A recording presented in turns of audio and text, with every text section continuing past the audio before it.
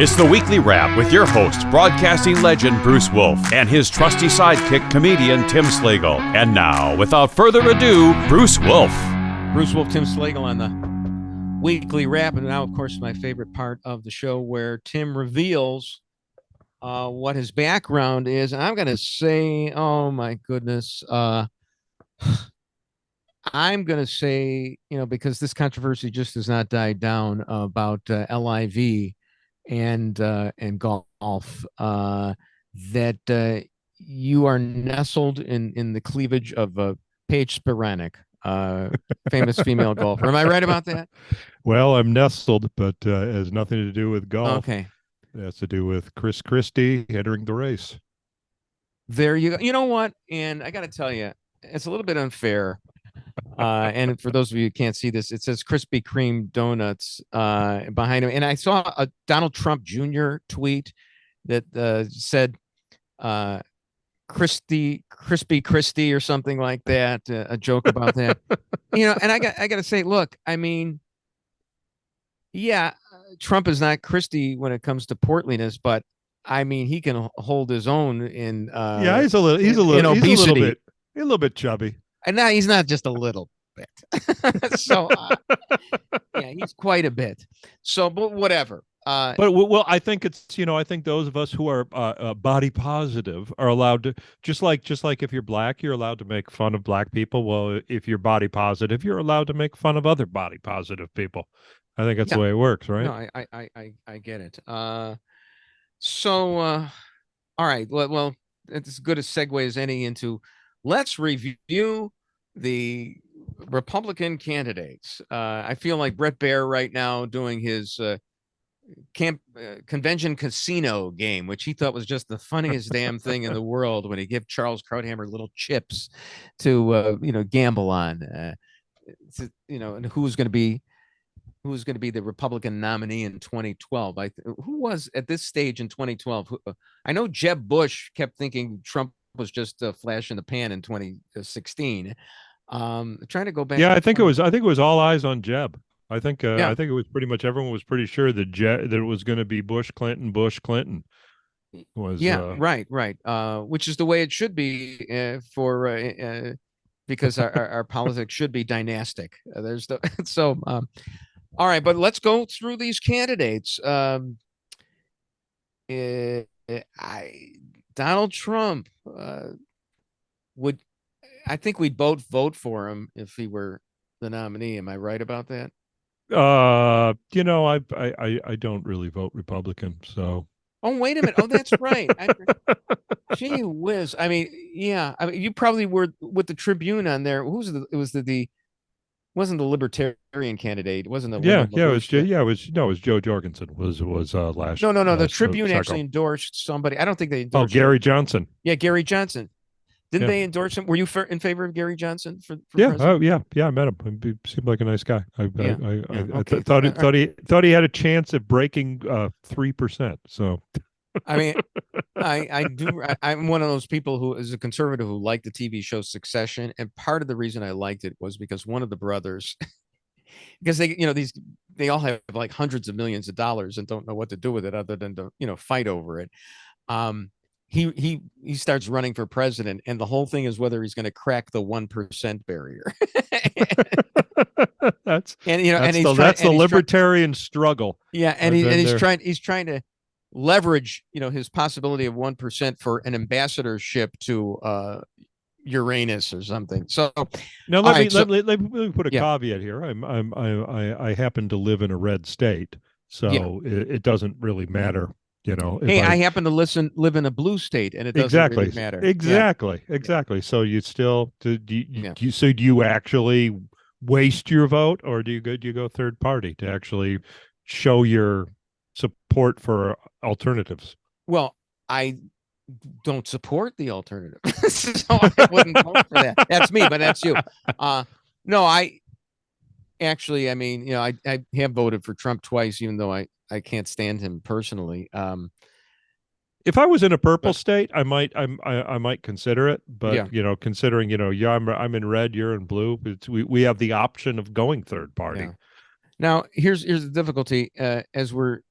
of course, I don't think events, as I guess it was Harold Macmillan, the Prime Minister of England, was asked what the toughest part of his job was, and he said, "Events, dear boy, events." Yeah, it's. I don't know when we're taping this. I don't know if Trump has been indicted. I'm going to bet that he has been indicted, and I don't know that factors at all. Did I mention this last week? Is that there's apparently that there's been a release of a letter that was dated January 19th of 2021, where he declassified all the right, all the crossfire hurricane documents. So I mean that's going to come up in evidence if that. Yeah, no, but I mean I think there were other documents, but as far as Trump, I mean the problem is that, I mean, as Rich Lowry said in National Review, he was the only middle finger available, and that's why a lot of us voted for him. But why? But we want to vote for, Trump is all about winners. And of course, that's why he's been clinging to the notion that the election was stolen from him, because he still thinks he's a winner. I don't think he's a winner. And I think he's tapped out at, a percentage that doesn't get him the states that he needs to win. Agree? Well, here's what I think. If somebody cuts off that middle finger because it offends them, that makes me want to pick another. Do the same thing. What would be a better middle finger than actually voting for somebody who's in prison? I mean, it worked for Nelson Mandela. In other words, let me say this. So if Lyndon LaRouche is on the ballot, but Trump is in prison, even though you're in a red state, you will vote for Donald Trump. That's the thing. I don't know, but that's what I'm saying is eliminating that option only strengthens the movement behind it. Right. That which does not amputate my middle finger makes me stronger, I guess. Yeah, I think if they were just to leave him alone, they'd probably have a better chance of getting him out of the race. I think they can't do that. They can't do that. That's the problem with them. All right, let's go to DeSantis here. It was nice to see him punching back a little bit. I actually have a problem with. I think he goes a little overboard and gets the state involved in things that he should let private businesses handle themselves, even to some extent Disney. But I like where he's coming from. He actually has governed pretty well, and which is why I don't want to see him as president. Here's something actually that the few people aren't bringing up, because a lot of people say, well, why couldn't we have Trump, DeSantis? Because they're both from Florida. Right. You can't do that. That's constitutionally not allowed. Oh, serious? I didn't even know that. Yeah, are you serious? They got to be from different states. Well, I mean, couldn't Trump be a carpetbagger and move out? Well, he wouldn't take DeSantis. You think he's going to go back? You think he's going to go back to New York? No, he needs Florida because DeSantis says he won't extradite him. Trump took Pence for the same reason similar reason that Biden took Kamala Harris, and that is that they wouldn't be threats to them. They're number twos. They're Ed McMahon's. Okay, at best. It's the although Pence is in the race. It's the anti-impeachment candidate. Yeah, right. I told you that I did a radio show with Mike Pence when he was a congressman. One day they said, "Oh, this guy's funny. He's a radio guy and everything." I mean, I agreed with everything that he said, but he bored the hell out of me for 2 hours. Primarily because he filibustered. They convinced you he was funny? Well, they said he's a good. I mean, he's coherent. He really is. I mean, compared to Kamala Harris, and I like a lot of his ideas. He was a congressman at the time. It was before he was even the governor.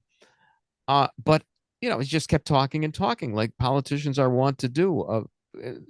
I'm on the radio to talk, as you well know, Tim. Yeah. I'm chastised often for my filibusters. Right. No, you're so uppity. It's ridiculous, and you never make a number two. I don't think DeSantis is presidential. That's my beef. Well, I mean, how is he not president? Too short? He just doesn't look presidential to me. That's all. I mean, what is Donald Trump? Does he look presidential to me? Yeah, Like, Donald Trump looks presidential. He's not presidential. He's Mitt a Romney. buffoon. He's Donnie from Long Island, from Donnie from Queens, or not even Queens, Brooklyn, calling in, or the Bronx. Yeah, sure, I mean, he was an anti-presidential candidate. That's what Trump was. He was the pause that refreshes from this. You know, we've had too many guys that looked presidential. Look, I never thought that we would elect a draft dodger as the president in '92. Sure. There's no way Clinton can get elected. Oh, well, we changed our standards and we got to the point where Donald Trump could be elected the president. And you know what?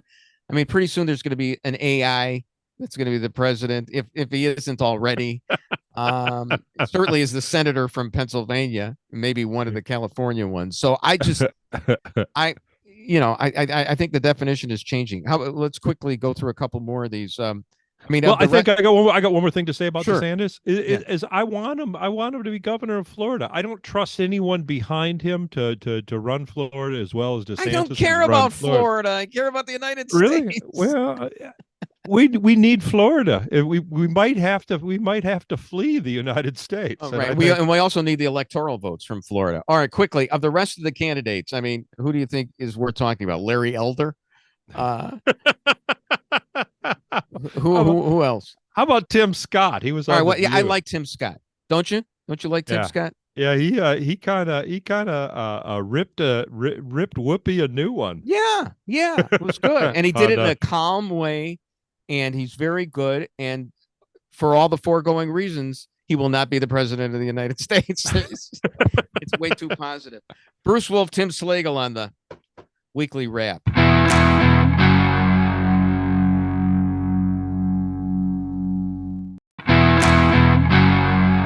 Tim Slagle on the weekly wrap. Now we come to one of those segments we toss in every now and then called Wolf's World Tim's Town. And it would be good if I actually knew the rules, whatever on this. I'm kind of like, what's her name? Bialik, who used to be on, she's the host of Jeopardy. Okay. Mayim Bialik, and apparently she doesn't know the rules. It's in the form of a question. Okay. Well, it's like maybe it's like Calvin ball. The rules change as the game goes on. Right. So I don't know the rules exactly, but it's a fun segment, and Chris helps us out on it. So Chris, let's do it. Well, to refresh everyone's memory, since it's been a while. Yeah. I go through your guys' social media feeds and find interesting or tweets I have questions about, or funny tweets, and you get extra mileage out of your tweets that may not have enough deserved likes. How's that? Sure. I appreciate that. So let's go. So as always, we start with Bruce. Of course. And here is the first one. Bruce. Yeah. We start with a famed golfer / much better looking female. Greatest tweet thread cliffhanger history right here. This is a page about a post about Paige Spironic. And it ends with you can go and explain. Okay, well, so Paige Spironic is this. She's an actual golfer. I mean, she's really good. She's not on the tour. She might have been at one point, but she's really good, and she's, hubba vavumski, as somebody once said. And so she tweeted she wanted to thank Golf Digest for the feature in their latest issue on her, and she said the feature covers my upbringing, career, an inside look into my complicated feelings around golf, how I built my business, and my decision to use my, and then there are ellipses, ... and of course it says show more for the next tweet. And I gotta say, that's the greatest tweet thread cliffhanger in history. Yeah, right. Show what? Come on, honey. All right, it's the Golf Digest swimsuit issue. Yeah. Now, when Liv and PGA got together, I said it was the greatest merger since Paige put on her bra this morning. So, all right. When you get a laugh from Tim Slagle, even though I pay for, most of them, that was a genuine laugh. All right. So let's do the next tweet. So now we go to Tim's Town. And Tim, this was a tweet you had I thought deserved a little more traction. It is, here we go. The purpose of the justice system is to find people who commit crimes, not find crimes that can commit people. Ooh, were you very proud of this one? And Bruce, why didn't you retweet this? This was very good. Oh, It's like yeah. a I probably Yakov didn't Smir. see it. It's like a Yakov Smirnoff joke, isn't Oh, it? yeah.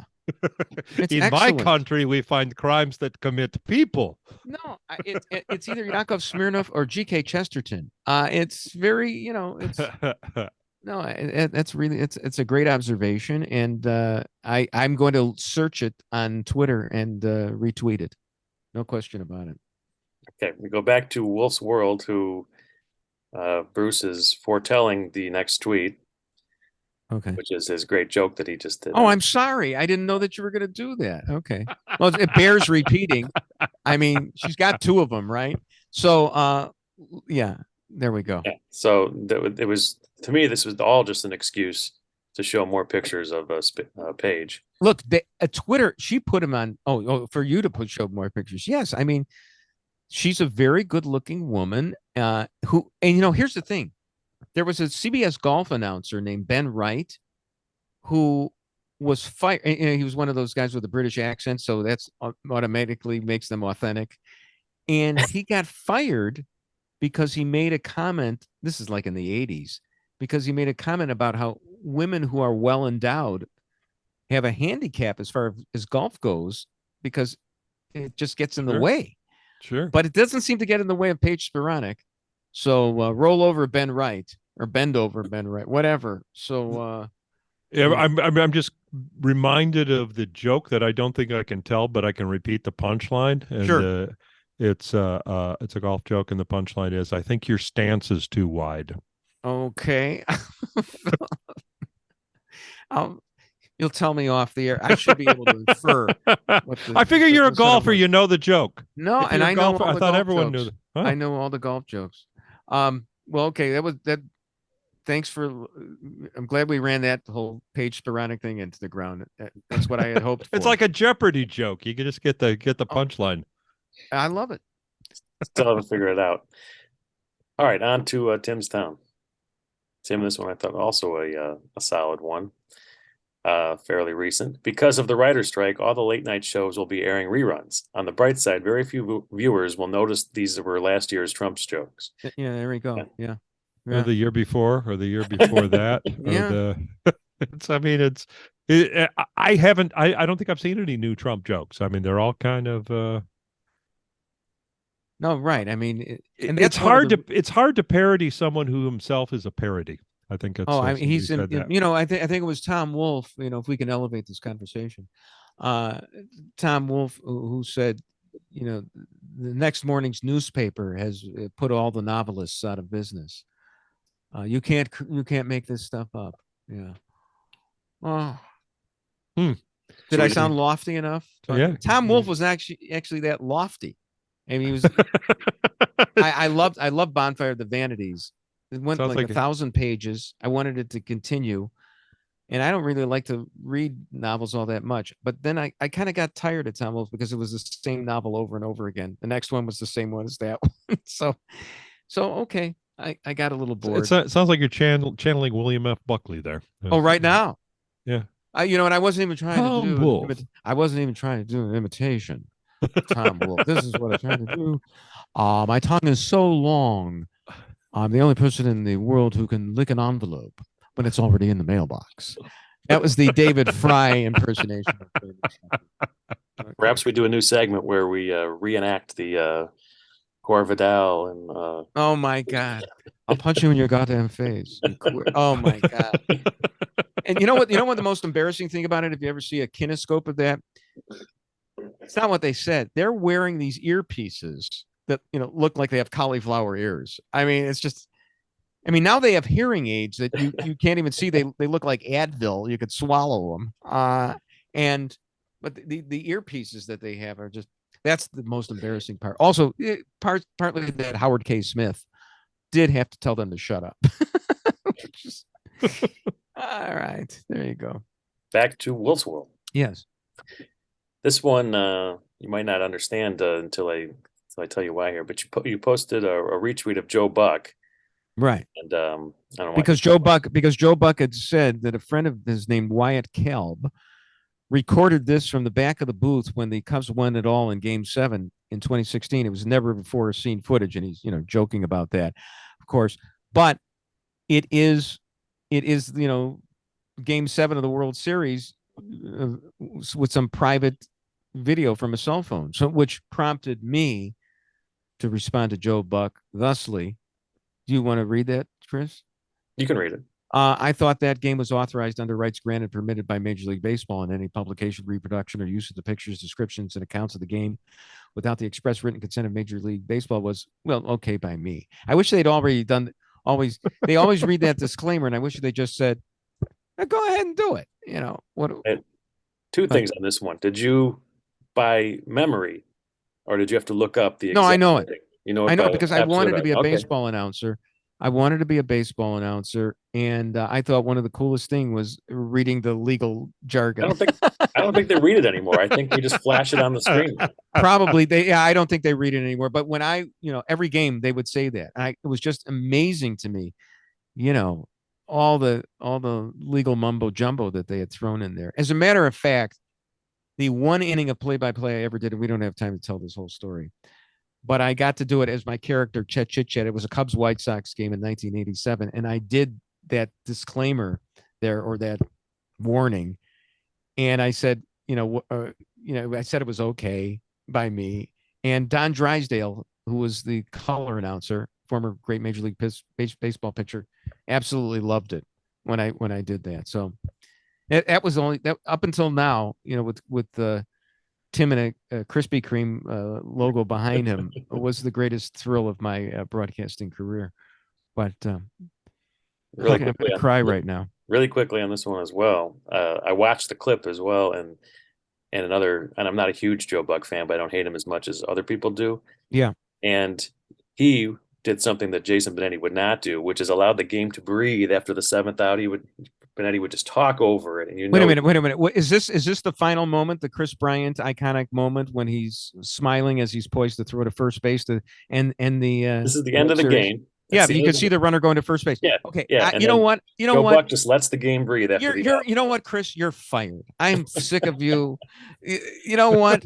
I think, first of all, Joe Buck got that from Vin Scully. The pregnant pause. I won't say anything now for a minute and a half. I think Jason Benetti would let the seventh game go. This poor Jason Benetti is announcing the Chicago White Sox, for crying out loud. He better keep us awake by saying things. All right. That's all I'm going to say. But I also think Jason Benetti does an okay job at football.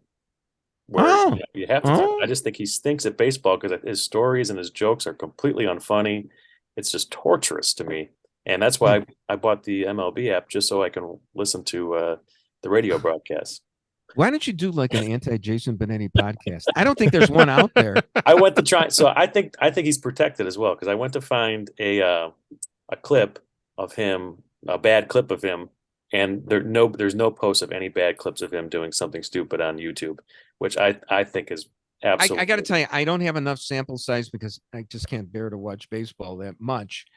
But every time I've seen him with Steve Stone, I think they're informative and entertaining. I don't know what you're talking about, and I'd like to hear the bad stuff. That's what we should do the next show about.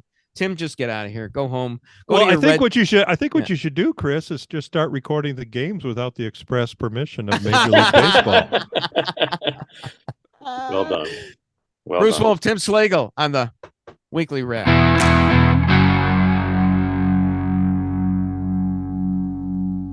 Bruce Wolf, Tim Slagle on the Weekly Wrap. Of course, we're not here, so don't call in. No, really, it's best of time, and and all the things that the great interviews that we've done, Tim. When we talked to who was it? Malachi Martin, wasn't he the theology professor? I believe that Milt Rosenberg used to have on. I think we talked to him. I think we did do about 7 or 8 minutes with Albert Einstein once and argued relativity with him, and you were fantastic on that. But of all the things that we've done, I think one of the best that we did was an interview with Joan Esposito, the former news anchor for Channel 5 and other stations, and now a staple of insignificant AM liberal radio, which is redundant. But she was very nice. And of course, we talked about very important topics like big butts. So here with Best Of. Thank you, Joan Esposito. This is an Eyewitness News Brief brought to you by Commodore and the Chicago Sun-Times. Now here's Joan Esposito. Good evening. Tonight, Bensenville police are searching for 18 bottles of poison. The deadly liquid Euthanasia D was stolen from a Bensenville animal hospital late last night. And tonight, the owner of a Marengo, Illinois slaughterhouse is denying that he butchered and sold diseased cattle, as was charged by the Illinois agricultural officials who yesterday closed his plant. Now this. Become great at Pac-Man and you could be the envy of the neighborhood. Become great at the Commodore VIC. Hi, this is Bruce Wolf and Tim Slagle in our great podcast, and we welcome Joan Esposito. Joan, before we get to anything, what happened with those Bensenville, with that Bensenville contraband or whatever it was? Bruce, I don't know if you knew this when you picked that. You know, I got sued over that. Really? There was a huge lawsuit that Channel 7 was a part of. Because they said we defamed them, and it was my first time ever being sued. And How many times were you sued, with the Joan? ABC lawyers, and I had rewritten the copy, thank God, because I had written like allegedly, and he said, or police said allegedly, and this, and they looked at it and they said, you're fine. But no, that company, that meat packing plant wanted to take me to court. Oh wow, that's that's great that we had that. We had that one. Who knew? Did you pick that one out? That's two stories, though. There was also the poison story, right? Or is that the same story? No, the poison story was different. They did not sue me. Oh, okay. Yeah. Okay, so 1 for 2 isn't bad. Did they ever find the poison? Gosh, you know, I should go back. What was that, like 80 really years important. ago? I'll try to dig into those records. How many other times have you been sued? You said it was the first time you were sued. How many times have you been sued? I was sued also as I did an investigation with Channel 5 when I was there about a doctor who was doing unnecessary surgeries and was wildly overcharging his patients, and he sued me as well. Okay, and did you prevail on that one as well? Yes, we did prevail. Okay, very, very good. Excellent. Well, thank you for joining us today, Joan. We appreciate it. I think I've talked to you once over the last 40 years. We've been like ships passing in the night. Totally. And I think that was during my first bout of unemployment in broadcasting. This is my second one. It's been 6 years, and but I do have a job as an attorney now. But yeah, I read about that. Yeah, because You're a divorce attorney. No, well, actually, I'm not. So you got your facts wrong again. I think I'm going to sue you. The first time? Huh? What? Wouldn't be the first time. There you go. And you'd win that one, too. But anyway, no, I think in my first bout of unemployment, I called you up because you were running, then maybe you're still doing this, where some media relations kind of thing where you helped people. Do you still do that kind of thing? Yeah. No, I don't. Oh, you don't? Okay. They don't need any help anymore because everybody's got a podcast. No, she just doesn't want you. Exactly. So but that's all we've ever talked. The only other times I've seen you is that I remember for a short time before I became a lawyer, my first tour of duty as a lawyer, I was at WXRT filling in for Marge Halpern, who was on pregnancy leave. Wow. And yeah, that's how long ago it was. And it was like 1982. And I got to go to City Hall a number of times. And I was in the City Hall press room. You know, guys like Harry Gold and Bob Davis and all these guys. And in walks Joan Esposito, okay? And everybody's quiet. And it's like, because she's so strikingly beautiful, it was unbelievable. Also, there was contempt because it's like, oh, it's a strikingly beautiful TV chick who gets to, so it was. And wins all her lawsuits. Exactly. It was really terrible. Careful. The other time I saw you was at Poplar Creek, I think it was. It was Jonathan Brandt, Johnny B in the Leisure Suits, and Steve and Gary and Teenage Radiation, and they were going to introduce me as Chet Chit Chat, and I got introduced in front of 25,000 people at Poplar Creek, and of course I insulted the crowd by saying, hey, it's great to be be here at Poplar Creek, the Ravinia for the proletariat. They didn't care. They were screaming. But anyway, you were backstage, and my jaw dropped again, and it was Joan Esposito. So then the other time was at an Emmy Awards where I didn't win. The best thing is to win and not be there, which has happened to me. But I wasn't there, and you got up and you lectured all the bosses at the news stations, and I was thinking, what the chutzpah? Excuse me, I just spit into this of this woman speaking that way. But you would speak your mind, Joan. Well, yeah, sometimes I try not to, most of the time, Bruce. I try to just be quiet and polite. I try to channel my inner Linda Yu, but Joan Esposito keeps breaking to the surface. Is that an Asian slight? No, she's just the sweetest, kindest human being. Unless you've known her for 20 years, you can't even tell when she's angry. Oh, well. It's so because subtle. she's an inscrutable Asian, is what you're trying to say, right? No, I'm trying to get you in trouble. I'm saying that she is so much nicer than anybody else I know. I had a couple of experiences because I worked at WLS Radio for a while, just a few years ago, when I was in the same building as everybody from Channel 7, and I'd bump into her on occasion. And I saw her as she was just about to get onto the elevator, and I said, Linda, are you going to do this? And she gets onto the elevator, and the doors are still open. Are you going to do this until you're 80? And she goes, I am 80, and the door shut. So that's our Linda Yu. So, all right, we got to turn this political and get into a big fight, Joan. So, is there bias in the local Chicago media? I believe, of course, there is, and it's all biased in your favor because we're all progressives, except me. I'm the Antichrist. When you talk about local media, I think one problem with all media is that the lines have gotten blurred. I mean, Bruce, take a look at a newspaper. You've got your columnists, you've got your editorial board, and that there's supposed to be a wall. And then there's the regular news reporting. And I remember when I first was at Channel 7, I don't know if you remember back when Dennis Swanson hired a bunch of people as commentators. And we would throw to Jory Luloff, and she would tell us what she thought about something. I think that those lines, not so much at the local level, because I think locally people are still working really hard at separating, but certainly at the national level, it's gotten very blurry. When is it opinion? When is it point of view? When is somebody speaking from their personal experience? And when are they just giving you the who, what, where, when, and why? I actually think local media, whether you're talking about radio or television or newspaper, I think local media are doing a far better job at separating out just the facts of a story from the commentary on the story than the national media is doing right now. What do you think? I don't watch local media. I don't really care about it. No, I'm a national guy. I read National Review online, and that's about it. I don't want to watch the local TV news because I'm not on it, so I resent them, and I don't want to have any. Do you watch it at all? I understand that. I once auditioned. You remember that movie Contagion that shot in the Chicago area? I auditioned to be one of the reporters that they hired, and they didn't hire me. And by God, I've never watched that movie, and I never will. Oh, there you go. And they took Floyd Kalber instead. I remember I have problems with things like, I don't know how Channel 5 ever had Carol Marin as its political editor and allowed her to write a radical lefty column for the Sun-Times every week.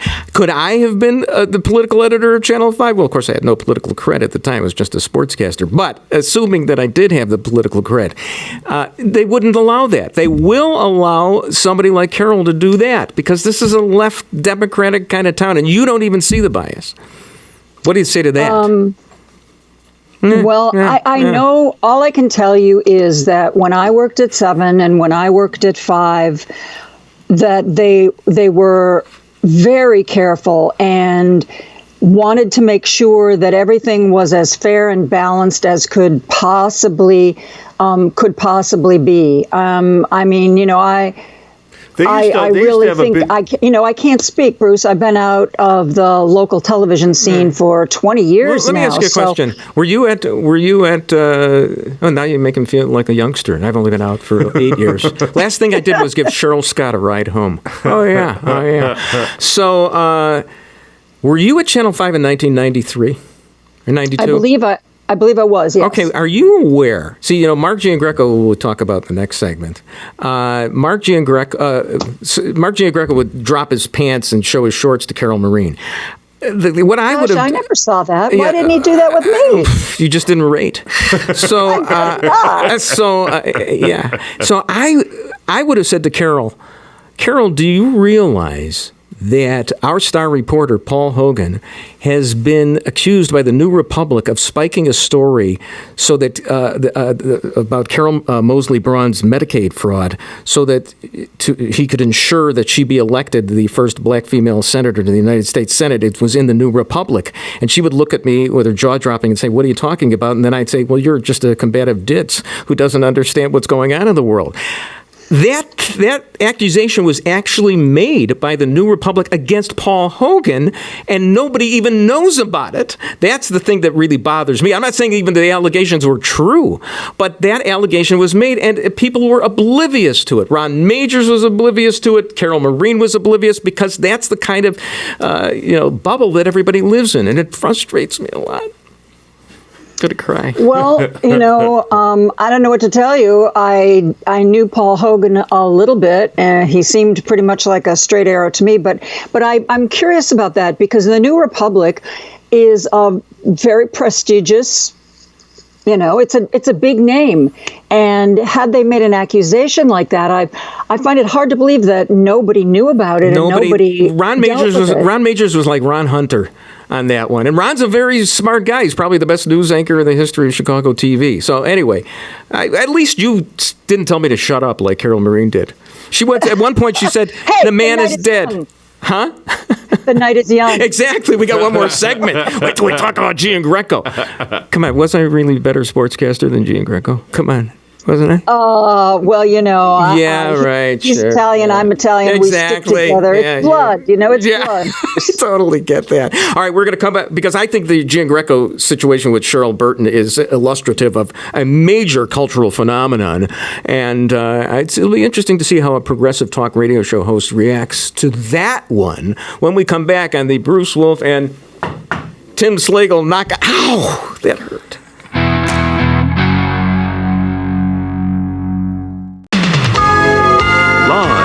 From the NBC Tower, this is Channel 5 News with Warner Saunders and Joan Esposito, John Coleman with weather, and Mark Giangreco with sports. The Channel 5 News at 4. Good afternoon, I'm Joan Esposito. And I'm Warner Saunders. And I'm not. So, hi. Joan Esposito joins us, Bruce Wolf and Tim Slagle. We need a sports guy, though. Yeah. Warner did sports. I actually got to work with Joan. Thank you for joining us here today. Facts matter, according to Over Your Shoulder. And so this Mark Giangreco thing happened with Cheryl Burton. Mark gets fired. He's only been in the business for 40 years. He gets fired because he made this comment, a joke at the end of a newscast, that he, in an imaginary TV show on the Do-It-Yourself DIY network, he would have Cheryl Burton play the combative and ditzy interior decorator or something like that. She took umbrage, and she got him fired. And this is the Walt Disney Company, which, has a trigger warning on Jim Crow, the crow in Dumbo, and apparently Mark Giangreco is in the same thing as. Well, I think they also hold the copyright to Home Improvement, so maybe. There you go. That's what it was. Now that was the sub rosa reason. So, Joan, you got involved in this. I saw a comment in Robert Feeder in which you said, I don't know what she's getting upset about, the Cheryl Burton, that is. Mark, when I was on the air with him, would make fun of my big butt. And first of all, before you say anything, Joan, would you kindly stand up and turn around? No, because it went away when I got old. Really? Now, if I stood up and turned around, all you would see is sadness. That's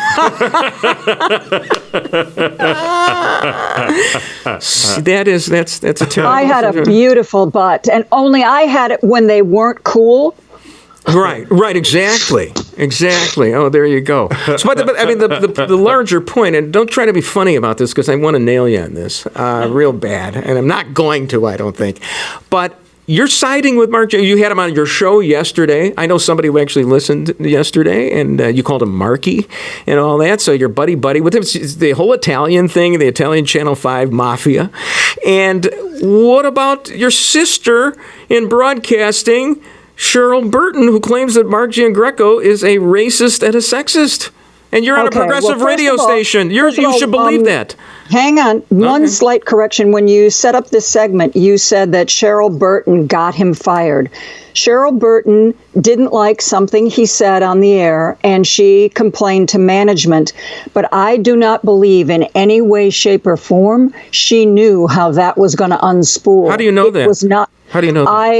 You have sources. I believe that from I'm not saying that I have all the insider knowledge, but I believe that matter, these days with all the crap that's happened at CBS and all of the really horrible allegations that have surfaced there and at Fox, I think networks have become hypersensitive and they don't want anything that's going to blow up in their face. And I think that the suits in New York took that away from local, and they were like, this is no longer your issue. We're dealing with it at the network level, and we've decided that all of these things are going to be dealt with a certain way. And then it was hysteria. There was hysteria on the part of an total overreaction. And you know who's responsible for that? You, Joan Esposito, and your WCPT commie station. I'm done with you. As a matter of fact, I want 820 turned back to the world's most beautiful music. Ralph Roland here. Yeah, I want to hear 76 trombones played by the 101 strings. I believe in you, Percy Faith. Go ahead. It's hard to find the middle ground because, as you know, Bruce, and as Mark knows, and as I know, something that we all might think is hilarious, and we say, and we're expecting, hilarity to ensue. Not everybody has our sense of humor. Something that you say that I could think is hilarious, somebody else might say, well, that Bruce Wolf, he's such a jerk. People are really different, and it's really difficult to satisfy everybody. But I will tell you, as a woman who spent a lot of years in the business, you have no idea the things that bosses have said to me and have... Like, don't lose that butt. Don't lose that butt, Joan. No, I mean, it's serious. Because you were in the era where, you're walking across the City Hall newsroom, the press room, and all the eyes are on you with contempt. I don't know where the pendulum is going to go when it's finally the pendulous ones go, stops. Yeah. But, sometimes there's not enough reaction to stuff, and sometimes there's too much reaction to stuff. And that's the world we live in. I personally... When Mark Giangreco used to make fun of me, he used to make fun of Carol. But one thing that I knew about him was he had a great heart. I knew he was trying to be funny. Did it always land? No. But I thought he was funny. My sensibilities weren't offended. But if he had ever offended me, all I know I would have had to do is say to him off the air, that really hurt. And he would have died 1,000 deaths. Sure. He didn't want to hurt anybody. I mean, I don't think when you're being funny, you don't want to hurt anybody. I don't want to hurt anybody. Do we sometimes do that? Right. Maybe we do. Because people have you filibustered too long, and the filibuster is going to be overrun or taken down by you Democrats. So what I'm saying you can't filibuster anymore. It's gone too far. Right. And I'm saying that as a man, you don't know how bad it was. And if it's gone too far, I would rather live with that than live with the way it was before. So you'd rather live with Mark Giangreco being unjustly dismissed after 40 years of service to the Chicago Mark community. Giangreco. Was he ever going to go out any other way, Bruce? Oh, sure he was. I mean, he was going to hold... I played golf with Mark. He was not going to just say, I think I'm going to retire. What do you mean? He was old news like 20 years ago. He should have quit 20 years ago. But here's the thing. 3 years ago, he gets suspended for a tweet in which he called Trump voters simpletons. And he got suspended for that. Now he gets fired because he sounds like a Trump voter. There are 74 million Trump voters out there. You know, a couple of them attacked the Capitol. I understand that. But there's 74 million Trump voters who feel like they've been victimized by black women, like Cheryl Burton. Now, you're saying she didn't hope that it went that far. But I think she's trying to prevent another lawsuit, actually. I don't think that there's any world in which Cheryl Burton wanted Mark Giangreco to get fired over that. I really don't. Well, who did she complain to? I heard that she. So, speaking of just scurrilous rumors, I mean, because we're on a podcast, this isn't even real wood. I heard that she went straight to L.A. You say New York, I say L.A. And she went above her fungible bosses at Channel 7. And so she set the whole thing in motion. Now you're telling me you hear something else she didn't want it actually to happen. I'm saying I don't think that was her goal. I don't think that she, you're right. Mark has been somebody who's been suspended periodically throughout his whole career. I think he even once said if he doesn't get suspended every so often, he's not pushing the envelope. He pushed it for a TV sportscaster. I mean, because, come on, this is like cutting off your nose to spite your face. He is the single most popular talent in the entire market. I mean, you know that. I know that. What will New Year's Eve be without him? Do you know I actually spent a New Year's Eve with Mark Giangreco 30 years before he actually even started doing this? He used to, I was at a New Year's Eve party, like 83 or 84 or 82, I don't remember what it was, and it was in Evanston. A friend of mine lived there, and nobody showed up to this New Year's Eve party because it was snowing. There was a storm that was going to come. I remember that one. Of course you do. Yeah. And there was white flakes coming down. No. I mean, it was a huge New Year's Eve. It was okay. There we go. It was waist-high snow. So my wife and I are the only nincompoops who actually go to this party. At about 10 minutes to midnight, it's like a Saturday night, this little Italian sports car is trying to make its way through the snow and get into his driveway, and it's Mark Giangreco because he was the next door neighbor of this guy. So, and I'm not a big guy or anything like that, and my friend wasn't big either, but it was a little Italian sports car. So we were able to push Mark Giangreco's, and I introduced myself to Mark, and he said he had heard of me. I guess I was on the loop at the time or something like that. And that's how, so I spent New Year's Eve with Mark Giangreco. So I like Mark, but I think he's been hoisted by his own petard because, you can't start accusing Trump voters of being the very thing that you are, and he's now a victim of the whole thing, Joan. And I don't see how you, as a progressive radio show host who believes in identity politics, all of a sudden are making an exception for the Italian mafia. So now, wait a minute. Before you wanted me to trash Cheryl, now you've switched and you want me to trash Mark? I'm confused. An attorney. I want you to trash. I want you to tell me. I'll do whatever you want. I want you to tell me who to trash. I want you to trash Mark. I want you to trash Cheryl. I want you to trash Carol Marin, the late Paul. All right, we'll leave him. He's exempt. Paul Hogan. He's not here anymore. He's not here to defend himself. Neither is anybody else. All right, this is our go-to question, Joan. Sweetie. Huh? Here. Oh, there you go. I'm with you. What's your go-to karaoke song, Joan? It's our one question that we ask all our guests. When you sing karaoke. I thought you were going to ask me if I were going to name a horse for the Kentucky Derby. What would the horse name be? That was what I was prepared for. Oh, my goodness. Karaoke song, something easy to sing that is not real high, not real low. Okay, well, go ahead and do it. Give us a few bars of it right now, a cappella. Go ahead. Pardon me? Give us a few bars of your favorite karaoke song, a cappella. Go ahead. I've never sung karaoke in my life. Well, there's always a first time. This is your maiden voyage. I would recommend Tequila. There you go. Joan, come on. We've got like 20 seconds here. Go and sing a song for us. This little light of mine, I'm gonna let it shine. This little light of mine, I'm gonna let it shine. Oh, yeah. Well, don't let me stop you. Don't let me stop you. Keep going. Come on, Tim. This little light of mine, I'm gonna let it shine. Go ahead, Joan. No, I did that. That's as good as it gets. I think I just got a hernia. So, Joan, thank you so much for joining us today. And you've, parried every one of my riposts, or riposted every one of my parries. And so you're very difficult. I owe you one. So if you ever need a sports guy for WCPT, I don't pay attention to the sports anymore. But